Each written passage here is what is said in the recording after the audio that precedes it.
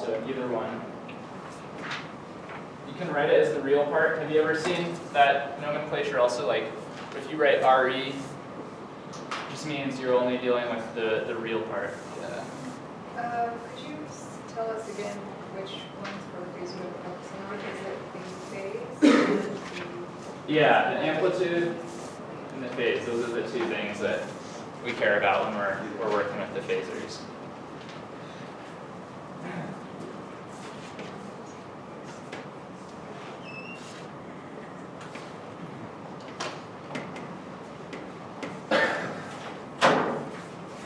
So this is, we can write this, the voltage as a function of time is equal to this real part. And this is what we're going to be calling the phasor. This part is the phasor.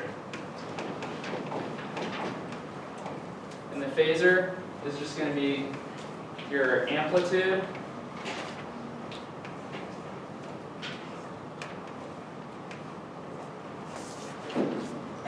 times this phase. So when you're writing the phasor, all you need to do is go back to these parts. Oops, sorry. And figure out what those are. Is it capital X e to the j to the wt? E to the j t. Oh, this is omega t. So this is this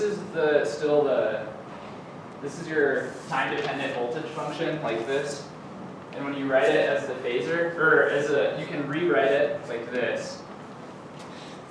Is that basically like the Laplace block? This is just saying like all we care about right now is the real part of it. So on the graph there, what are our axes? Is it v of t up top and then time? Yeah, this is time, Okay. and this is the voltage. Just wanted to make sure. Yeah.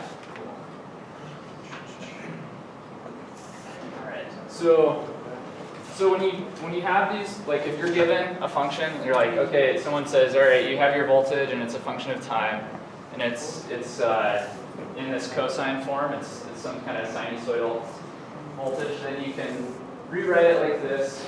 And I don't think anyone's making you do this today or anything, but you can rewrite it like this, and when you do it like this is when your the phasors start to become useful. And the reason they're useful is because this part is just it's not a function of time at all. So that's kind of like the idea is just that you can do math more easily when you separate the portions that are constant from time and the portions that are alternating with time. So that should be pretty familiar. Yeah. So is the phasor always going to be e to the positive j theta or phi? Yeah, but say this was, and I think this might be in the homework, like if you had minus 15, like omega t equals minus 15, then your phasor, or your phase, is minus 15, which would mean, this would be minus 15 at the top when you plug it in. All right, so that's kind of like the background information that you might need to know. If you guys have want to like have any questions or still trying to figure it out, I think there's a few of the videos that you might want to watch if you have any questions. And also, I don't know if you guys have like I'm sure you guys all have a YouTube account or something, but they're pretty useful videos too. Like if you are taking another class in the future, like they're just like a quick way to re-remember like what the heck is going on. So these might be some good ones to save, just to think about for the future. So yeah, so let's move on to some of the homework now. So Just really fast. yeah. The IFT, what is that? Underneath the voltage, the VFT, what is that IFT referring to? Just the up.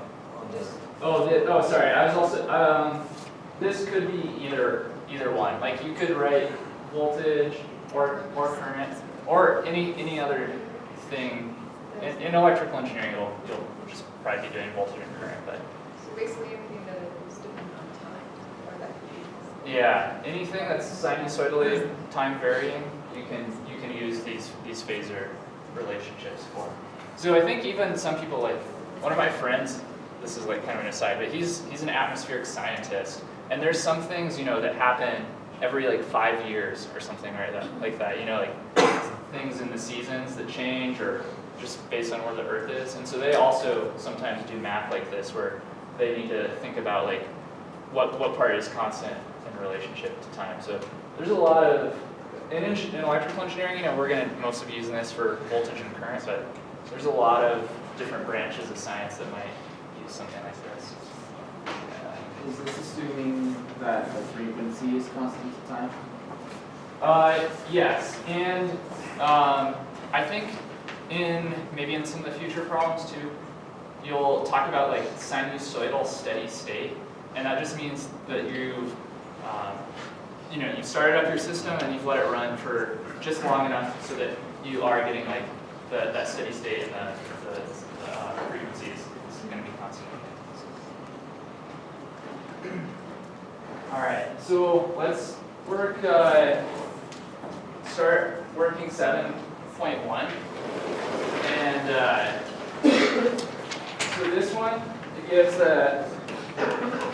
Vt equals -4 sine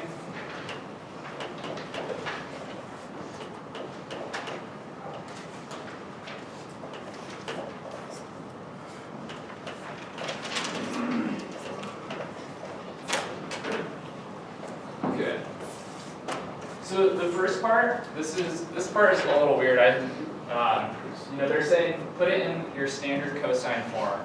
So when you do that, what it's really saying is it just wants you to you don't want it to be in sine anymore. You want to use your trig identities to get it to cosine, and you also want to get this so that it's not a minus, so that it's a positive. And so the identity that they use to do that is this one.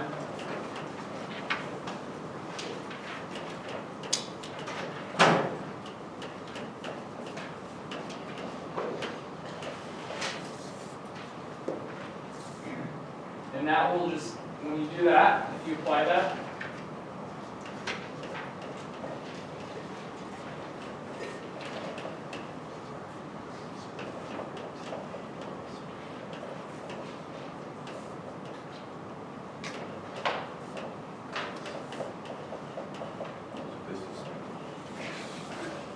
this is what you get. And this is what they're calling the standard form.